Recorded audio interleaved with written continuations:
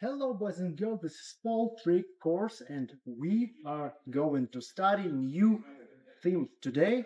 And this is the front flip and the front roll and the regrip using this front roll, front somersault, front flip mechanics. So let's check what we can do, and then let's start the learning.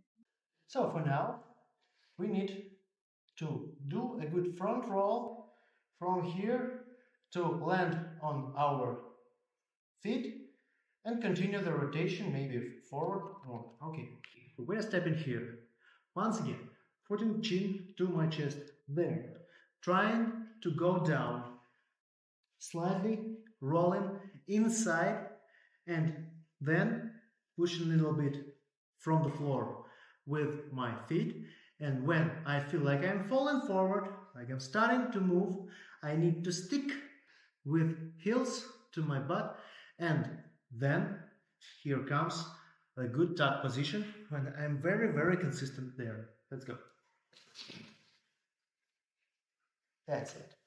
You need to practice this move very often if you are not used to it, because this is the basic mechanics of every front roll on the pole. If you can't understand it, then you are wasted. Now, let's check some other stuff, maybe to understand how it can work otherwise. We need a swing here. So, maybe we are putting our arms down under our shoulders and we start swinging up.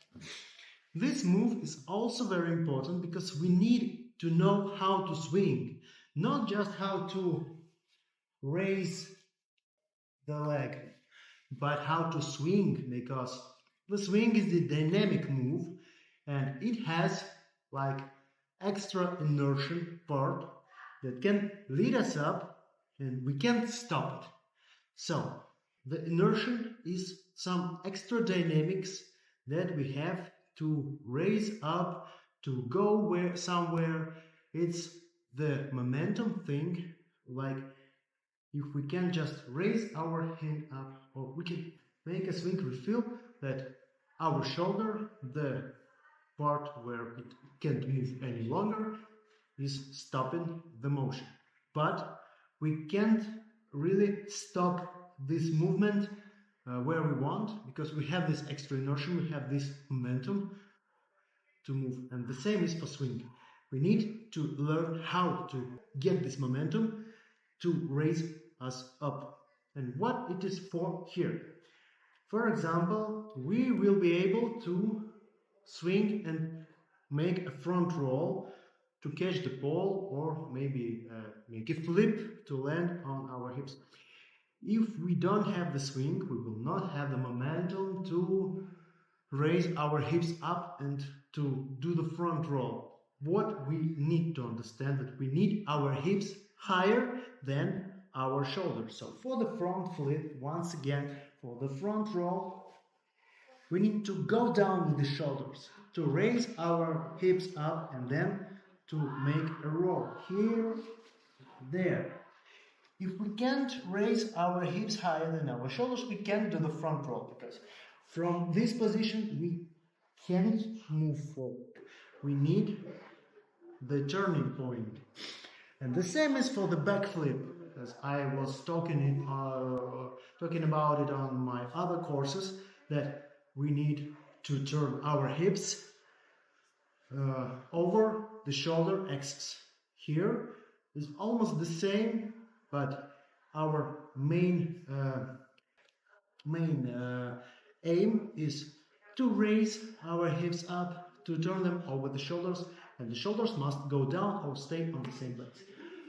How can we put this on the pole there? Let's just do the same thing, staying on the floor, but holding the ball with one hand there. For example, this is our basic grip for brass monkey, like Chinese flag, something else. So we are holding the ball there. We are holding other arm there.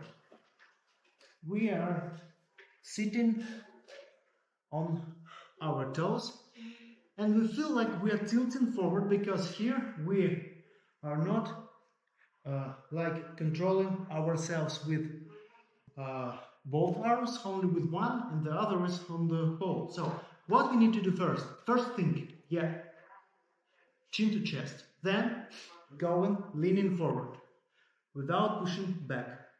Then we need to make a push from our toes, stick with heels to the butt, and make a tuck position. Let's do this. 1, 2, 3. Here it is. So, it feels almost the same. We can do it from here, and the same from here. I'll stand there. Yeah, that's done. Okay, now let's put the other hand to the pole too. There.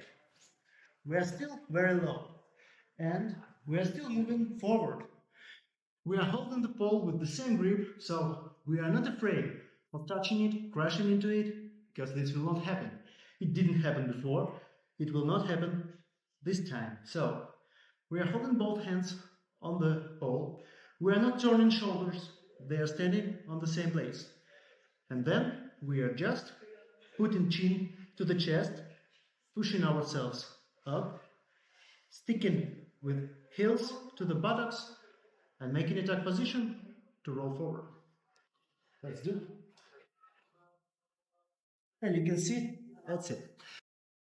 So getting really lower here and there, putting chin to the chest, lowering down, and we are here. So you can practice the thing to understand. What can go wrong here? Because here already something can be very, very much wrong. And what is it? We must not get stuck on the pole. So this is not about doing stuff like maybe this falling down. Not about that, exactly. We must understand that we are not moving up, we are moving forward. And the reason that can lead to some misunderstanding here is your head, your chin to chest. If you will not do it, if you will continue looking forward like this, you will want to land on the point that you are looking at. And you must put your chin to the chest to see the rotation here, and you will see the front wall after the rotation is finished. It's very important, because if you will start the movement, you will see the floor, you will try to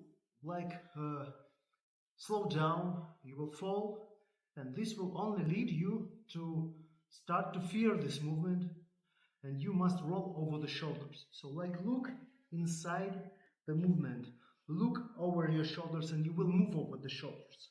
If you will look down, you will go down. So this is the first very important, very important thing. Chin to chest and moving forward, like inside yourself. Once again, here, there, chin to chest, roll forward. Without any stopping, without any slowing down. Now, let's check out the regrip. What's going on here when we are rolling forward and trying to get to shoulder position or to claw grip position? Well, let's cover this movement from this angle. I'm holding the pole, my biceps grip there. It's very important not trying to put it deep into your armpit, because this is not what we want to do in this kind of grip. We need to put the pole there and get it to our body like there, not like there.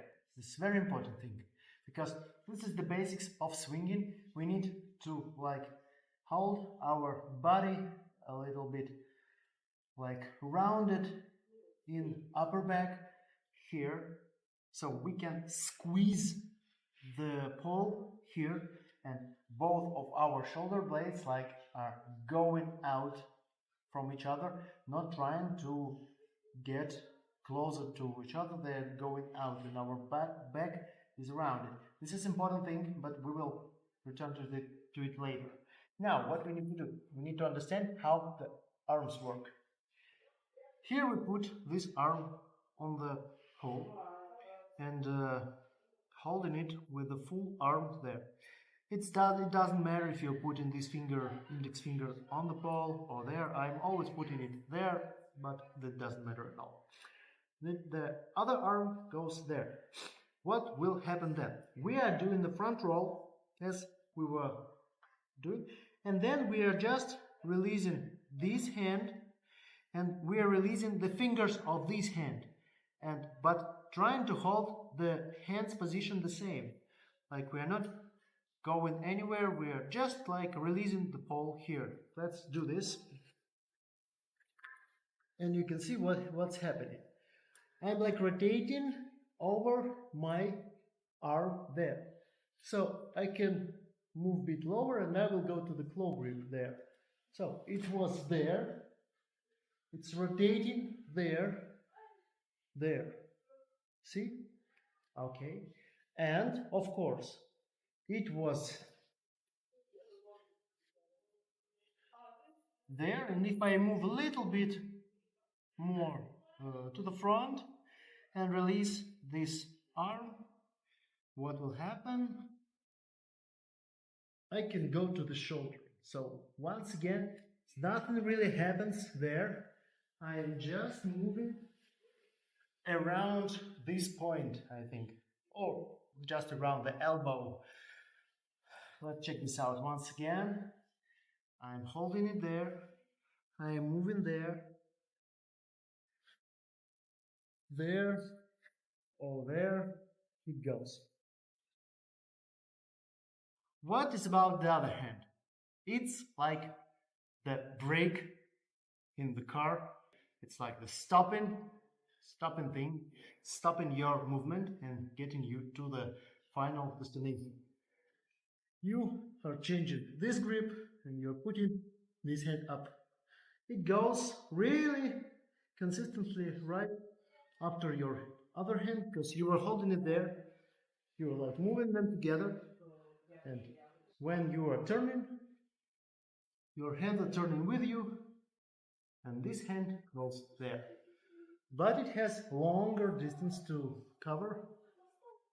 This hand is only rotating around your elbow, and this one goes like from here to there. And shoulder, this is the same, right there. Let's check this once again